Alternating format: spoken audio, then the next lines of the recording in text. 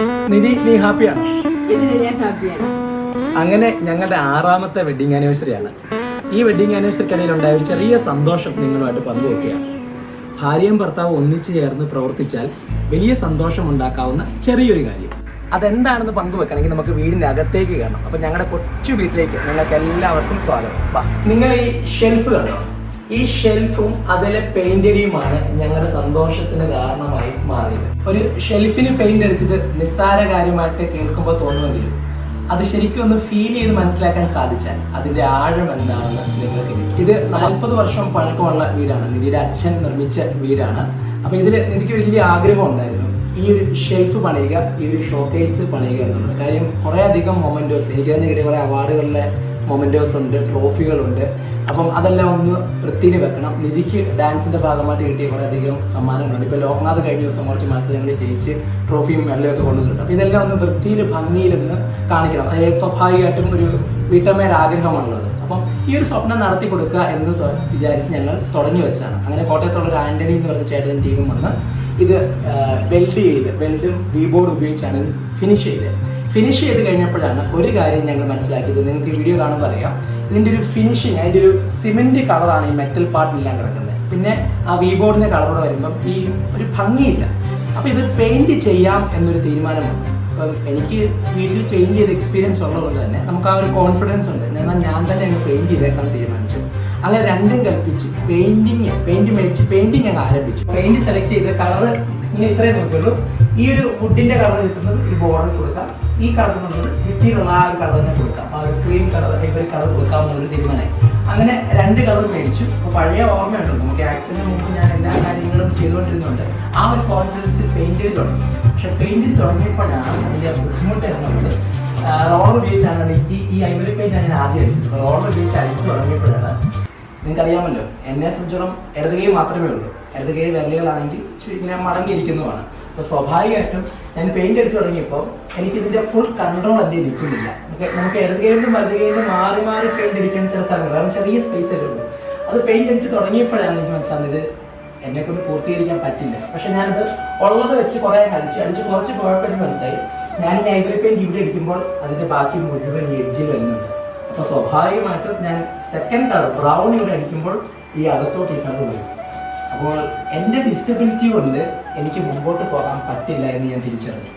വീട്ടിൽ എന്ത് കാര്യം ചെയ്യുമ്പോഴും അച്ഛനും ചേട്ടനും കൂടെ ഉണ്ട്. അപ്പോൾ അതുകൊണ്ട് ഞാൻ അവരൊന്ന് സപ്പോർട്ട് ചെയ്ത് നിന്നാൽ മതിയാവും. എൻ്റെ കുറവുകൾ അവർ കോമ്പൻസേറ്റ് ചെയ്തിടും. പക്ഷെ ഇവിടെ എൻ്റെ കുറവിനൊരു സൊല്യൂഷൻ ഇല്ല.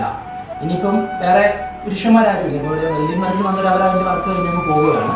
അപ്പോൾ വേറെ ആരെ സഹായത്തിന് ഞാൻ വിളിക്കും, വേറെ വർക്കിന് ഏൽപ്പിച്ചാലോ എന്ന് വരെ ചിന്തിക്കുന്ന ഒരു നിമിഷം. അവസാനം നിവൃത്തിയില്ലാത്ത ഞാൻ ഇതിൽ പറഞ്ഞു, നിധി പരിപാടി എനിക്ക് ഫിനിഷ് ചെയ്യാൻ പറ്റുമെന്ന് സംശയമുണ്ട്. കാരണം ഞാൻ ഉദ്ദേശിക്കുന്ന എൻ്റെ കൈ പോകുന്നില്ല. 1, 2 ഈ ലെഫ്റ്റും റൈറ്റും ഉപയോഗിക്കാൻ എനിക്ക് പറ്റുന്നില്ലാത്തതുകൊണ്ട് അത് ബുദ്ധിമുട്ടായിരിക്കും. അപ്പോൾ നമുക്കിതങ്ങനെ നിർത്തിയാലോ അല്ലെങ്കിൽ വേറെ ഒരാളെ ഏൽപ്പിച്ചാലോ എന്നിവരെയായി. ശരിക്കും അവിടെയാണ് നിധി എന്ന ഭാര്യയുടെ റോളിൽ ആൾ പെട്ടെന്ന് കയറി വന്നിട്ടൊരു കാര്യം ചെയ്യും, എന്തൊക്കെയാണ് ഞാൻ ചെയ്യേണ്ടത് പറ, ഞാനിവിടെ കൂടാൻ പോകും. അപ്പോൾ എനിക്കിതിൻ്റെ ഐഡിയ മുഴുവനുണ്ട്. ഒരു ഭിന്നശേഷിക്കാരൻ ഏറ്റവും വലിയൊരു ചലഞ്ചാണ്. ഉള്ളിൽ ഐഡിയ ഉണ്ട്, ഇത് ചെയ്യാനെന്ന് എങ്ങനെയാണെന്ന് അറിയാം. പക്ഷെ എൻ്റെ ശരീരം എനിക്കൊപ്പം വഴങ്ങാത്തതുകൊണ്ട് അതിനുള്ള പരിഹാരം കിട്ടിയേ പറ്റും. ആ പരിഹാരം ശക്തിയെ നിധി കയറി വന്നു. നിധി വന്നിട്ട് പറഞ്ഞു, നമുക്ക് ഞാൻ ചെയ്യാനത്ര മാക്സിമം ചെയ്യും, ബാക്കിയുള്ള ഭാഗത്ത് ഞാൻ പറഞ്ഞു തന്നെ ഞാൻ ചെയ്താൽ മതി. അപ്പോൾ ഞാൻ ഓരോ സ്ഥലത്ത് പെയിന്റ് അടിച്ച് തുടങ്ങി. അപ്പോൾ ഇനിയിപ്പോൾ ബ്രൗൺ കളർ അടിക്കണം. ബ്രൗൺ അടിക്കണമെങ്കിൽ എന്ത് ചെയ്യണം, ഈ മാസ്കിംഗ് ടേപ്പ് പൊട്ടിക്കണം. കാരണം ബ്രൗണിൽ നിന്ന് പെയിന്റ് അടിക്കാർക്ക് കൃത്യമായിട്ട് അറിയാം, ഒരു ഇതിൻ്റെ അടുത്തേക്ക് സ്പ്രെഡ് ആയിരിക്കാൻ വേണ്ടിയിട്ട് അവിടെ മാസ്കിംഗ് ടേപ്പ് അടിച്ചാലുള്ള നമുക്ക് ബ്രൗണിങ് ഇതിലേക്ക് എത്തിക്കാൻ പറ്റും. മാസ്കിംഗ് ടേപ്പ് പൊട്ടിക്കുമ്പോൾ എൻ്റെ ഏറ്റവും വലിയ ചലഞ്ച് എന്ന് വെച്ചാൽ 2 കൈയുള്ളവർക്ക് മാസ്കിംഗ് ടേപ്പ് പൊട്ടിക്കാൻ പറ്റും. പ്രത്യേകിച്ചും ഈ ഹൈറ്റ് അല്ലേ, നിലത്താണെങ്കിൽ ഞാൻ ഒരു കാര്യം ചോട്ട് പിടിക്കും. ഇത് ഒരു കൈ ഒട്ടിച്ചിട്ട് ഒരു ലെവലിൽ പിടിച്ചെടുക്കാൻ എനിക്ക് പറ്റത്തില്ല. നിധിക്കാണെങ്കിൽ ഹൈറ്റും ഇല്ല, അതൊരു വലിയ ചലഞ്ച്. 5 പൊക്കല്ലേ ഉള്ളൂ. അപ്പോൾ ഹൈറ്റ് ഒരു ചലഞ്ച് വേണം. അപ്പം ഞങ്ങൾ 2 പേരെ കുറവുകൾ പരസ്പരം അങ്ങ് കോമ്പൻസേറ്റ് ചെയ്യുന്നു. നിധിക്ക് ഹൈറ്റ് കിട്ടാൻ വേണ്ടി കസരയിട്ട് ഉയർത്തി നിർത്തി വെച്ചു. എൻ്റെ വലത് കൈയായിട്ട് നിധി മാറി. അങ്ങനെയാണ് ഞങ്ങൾ ഈ പെയിന്റ് അടി മുമ്പോട്ട് കൊണ്ടുപോയത്. അങ്ങനെ ഘട്ടം ഘട്ടമായിട്ട് ഇങ്ങനെ പെയിന്റ് അടി പുരോഗമിച്ചപ്പോൾ ഏറ്റവും വലിയൊരു ചലഞ്ച് എന്ന് വെച്ചാൽ, സാധാരണ ഒരാൾ പെയിന്റ് അടിക്കുന്ന കഴിഞ്ഞാൽ 3 4 ഇരട്ടി സമയം എനിക്ക് വേണം. അതിൻ്റെ കാര്യം എന്ന് വെച്ചാൽ എനിക്കൊന്ന് ഇതിൻ്റെ ഇടയ്ക്ക് പെയിന്റ് മിക്സ് ചെയ്യണം. ഇപ്പോൾ ഇന്ന് വേണമെങ്കിൽ മിക്സ് ചെയ്യണമെങ്കിൽ എനിക്കത് ബുദ്ധിമുട്ടാണ്. കാര്യം എന്ന് വെച്ചാൽ ഞാൻ ഈ 2 കളർ കോമ്പിനേഷൻസ് എടുക്കുമ്പോൾ എൻ്റെ കയ്യിൽ ഒരു ബ്രൗൺ പെയിന്റ് ഞാൻ ഉപയോഗിക്കുമ്പോൾ ബക്കറ്റിലോട്ട് എൻ്റെ കൈ മുക്കി കഴിയുമ്പോൾ എൻ്റെ കയ്യിൽ പ്രത്യേകത ഒരു JCB പോലെ ഇരിക്കുന്നത്. അപ്പം എൻ്റെ വിരലിൽ പറ്റി കഴിയുമ്പോൾ ഞാൻ ഇവിടെ പെയിന്റ് അടിക്കുമ്പോൾ ഈ ബ്രൗൺ കളർ മുഴുവൻ ഇതിൻ്റെ അകത്താകുക. അല്ലെങ്കിൽ ഞാൻ തട്ടാൻ കയറി നിന്നിട്ട് ഇറങ്ങാൻ വേണ്ടിയിട്ട് എനിക്ക് ഓരോ പോർഷനിലും പെയിന്റ് അടിക്കണമെങ്കിൽ പെട്ടെന്ന് ജെല്ലേക്ക് ഒന്നും ചാടി കയറാൻ പറ്റില്ല. കാരണം ആർട്ടിഫിഷ്യലി അല്ലേ, വെപ്പുകാരല്ലേ. അപ്പോൾ സ്വാഭാവികമായിട്ടും ഓരോ തവണയും സ്റ്റെപ്പ് ഇട്ട് കയറി മുകളിൽ നിന്ന് പെയിന്റ് അടിക്കുക. അത്രയും പോർഷൻ അടിച്ച് കഴിയുമ്പോൾ ഇറങ്ങി താഴെ വന്നിട്ട് വീണ്ടും സ്റ്റെപ്പ് ഇട്ട് കയറി പെയിന്റ് അടിക്കാൻ മാത്രമേ പറ്റുള്ളൂ. അല്ലാതെ നമുക്ക് ജനലെ ചോട്ടിയോ അപ്പുറത്തെ ബർത്ത ചോട്ടിയോ അങ്ങനെ മൂവ് ചെയ്യാൻ പറ്റില്ല. അങ്ങനെ വരുമ്പോൾ ഓരോ തവണ കയറി ഇറങ്ങും മുകളിൽ നമ്മളതിന് പിടിക്കണ്ടേ, ഒന്ന് ഹോൾഡ് ചെയ്യണ്ടേ. ഈ ഹോൾഡ് ചെയ്യുമ്പോൾ എൻ്റെ കയ്യിലെ പെയിന്റ് മുഴുവൻ ഞാൻ പിറ്റിയാലോ അല്ലെങ്കിൽ ഈ പെയിന്റ് അടിച്ച പാർട്ടി തന്നെ വരിക. അപ്പോൾ ഇരട്ടിപ്പണിയാണ്. ഇതൊരു ഭയങ്കര ചലഞ്ചിങ് ആയിട്ടൊരു കാര്യമായിരുന്നു. ഉച്ചയ്ക്ക് 3 മണിക്ക് തുടങ്ങിയ വർക്ക് തീരുന്നത് രാത്രി 2 മണിയാകുമ്പോഴാണ്. അപ്പോൾ ഈ സമയം വരെ ആയപ്പോൾ എൻ്റെ കാലം നന്നായിട്ട് മരയ്ക്കാൻ തുടങ്ങി. കാരണം ഒന്ന് കൃത്രിമക്കാലായിട്ട് ഞാൻ വലതുകാലം ബലം കൊടുത്തിരിക്കുന്നത്. കുറേ നാളുകൾക്ക് ശേഷമാണ് ഇത്രയും സമയം കണ്ടിന്യൂസ് ആയിട്ട് ഇങ്ങനത്തെ ഒരു ഫിസിക്കൽ വർക്ക് ചെയ്യുന്നത്. അപ്പോൾ കാല് മരച്ചു തുടങ്ങി, കാല് നല്ല വേദനയായി. എനിക്കാണെങ്കിൽ ഓരോ തവണ കയറി ഇറങ്ങാൻ വലിയ പാടുണ്ട്. അപ്പം ഓരോ തവണയും എനിക്ക് താങ്ങായിരുന്നു. നിധിയുടെ തോളെ പിടിച്ചുകൊണ്ടാണ് ഞാൻ ഇറങ്ങുന്നത്. നിധി കൈ കൊടുത്തുകൊണ്ടാണ്, കാരണം മറിഞ്ഞു വീഴാതിരിക്കാൻ വേണ്ടിയിട്ട് പ്രൊട്ടക്ട് ചെയ്ത് അങ്ങനെയാണ് എന്നെ താഴെ ഇറക്കിയത്. അപ്പോൾ ഞാനിങ്ങനെ ഇടയ്ക്ക് ചോദിക്കുന്നുണ്ട്, നിധി നമുക്ക് നിർത്തിയാലോ, കാരണം പറ്റുന്നില്ല. ഒന്ന് ശരീരത്തിന് ഭയങ്കര വേദനയാണ്, രണ്ടിൽ എത്തുന്നില്ല എല്ലാ സ്ഥലങ്ങളും. കാരണം നിങ്ങൾക്ക് നോക്കിയാൽ കാണാൻ ഷെൽഫിൻ്റെ മോൾ ഭാഗങ്ങളിലും പെയിന്റ് ചെയ്യണമായിരുന്നു. ആ വളർന്നിരിക്കുന്ന കർവിലും ഒപ്പം തന്നെ എൻ്റെ ബാക്ക് സൈഡിലെല്ലാം പെയിന്റ് ചെയ്യണമായിരുന്നു. അപ്പോൾ അവിടെയൊക്കെ ചെയ്യാന്ന് പറഞ്ഞാൽ അത്ര എളുപ്പമല്ലാതെ മണിക്കൂർ മുമ്പോട്ട് പോകുന്നതോറും ഞാനിങ്ങനെ നമുക്ക് നിർത്താം, നമുക്ക് സ്റ്റോപ്പ് ചെയ്യാം, നാളത്തേക്കാക്കാം എന്ന് പറയുമ്പോൾ ശരിക്കും ആ സമയത്താണ് നിധിയുടെ ഒരു മോട്ടിവേഷൻ. നമ്മളിത് തുടങ്ങിയതല്ലേ, നമ്മളിത് തീർക്കും എന്ന് പറഞ്ഞുകൊണ്ട് നിധിയെ കണ്ടുകൽപ്പിച്ച് ബക്കറ്റും പെയിന്റും എടുത്തിട്ട് എത്താവുന്ന സ്ഥലങ്ങളിലെല്ലാം എത്തിക്കുത്തി പെയിന്റ് അടിക്കുന്നു. മകൻ ലോക്നാഥ് തൊട്ടപ്പുറത്തെ വീട്ടിലെ സാരംഗ് എന്ന് പറഞ്ഞ ലോക്നാഥിന്റെ കളിക്കൂട്ടുകാരും ഒക്കെ ഒന്ന് ചേർന്ന് കുറേയൊക്കെ സപ്പോർട്ട് ചെയ്ത് നമുക്ക് വലിയൊരു മോട്ടിവേഷൻ കൂടി ആയി കേട്ടോ.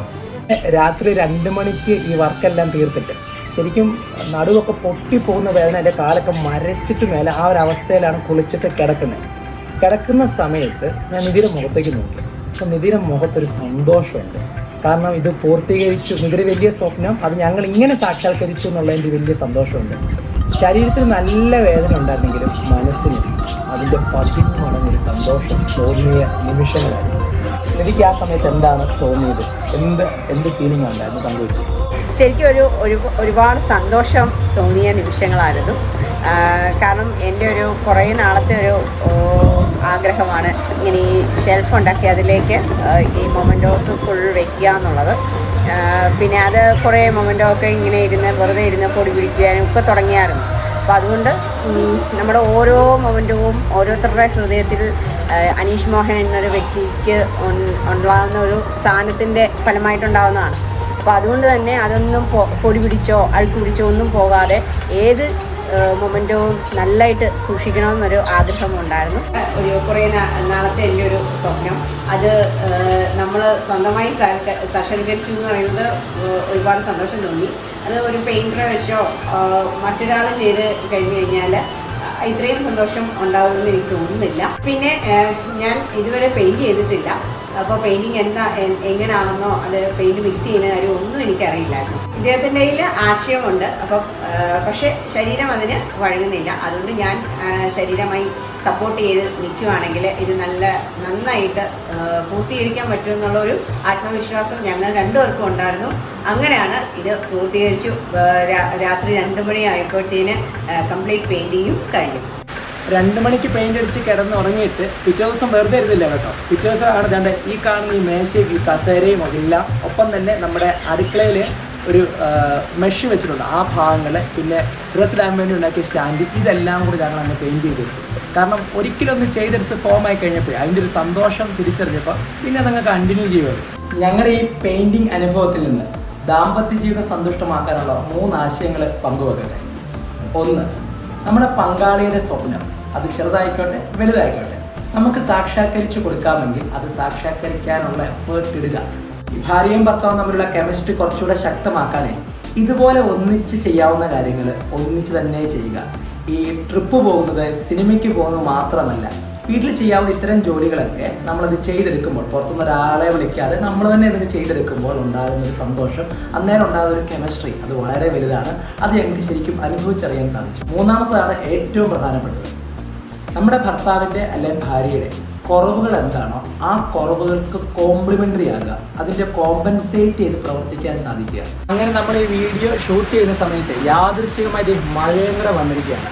അത് യാദൃശ്ചികമാണോ അതോ ശരിക്കും വന്നു ചേർന്നതാണോ എന്ന് നമുക്ക് അറിയില്ല. കാര്യം കൊടും ചൂടിൽ നമ്മളിങ്ങനെ പുകഞ്ഞു നിൽക്കുന്ന സമയത്താണ് ഒരു കൊടുമഴ വന്നു കഴിയുന്നത്. അതുപോലെ തന്നെ ഞങ്ങളുടെ ജീവിതത്തിൽ ഒരു കൊടുമഴ പോലെയുള്ള അനുഭവങ്ങൾ പലതായിട്ടുണ്ടായിട്ടുണ്ട്. അതിലെ അനുഭവമാണ് നിങ്ങളോട് ഇപ്പോൾ പങ്കുവച്ചത്.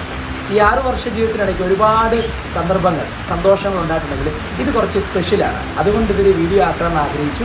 ഉറപ്പായും ഈ വീഡിയോ കാണുന്ന നിങ്ങൾക്ക് ഓരോരുത്തർക്കും നിങ്ങളുടെ കുടുംബ ജീവിതത്തിൽ ഇത്തരത്തിലുള്ള ചെറിയ സന്തോഷങ്ങൾ വഴി വലിയ അടുപ്പം ഭാര്യ ഭർത്താക്കന്മാർക്കിടയിൽ ഉണ്ടാക്കുവാൻ സാധിക്കുമെന്ന് പ്രതീക്ഷിക്കുന്നു, ആശംസിക്കുന്നു.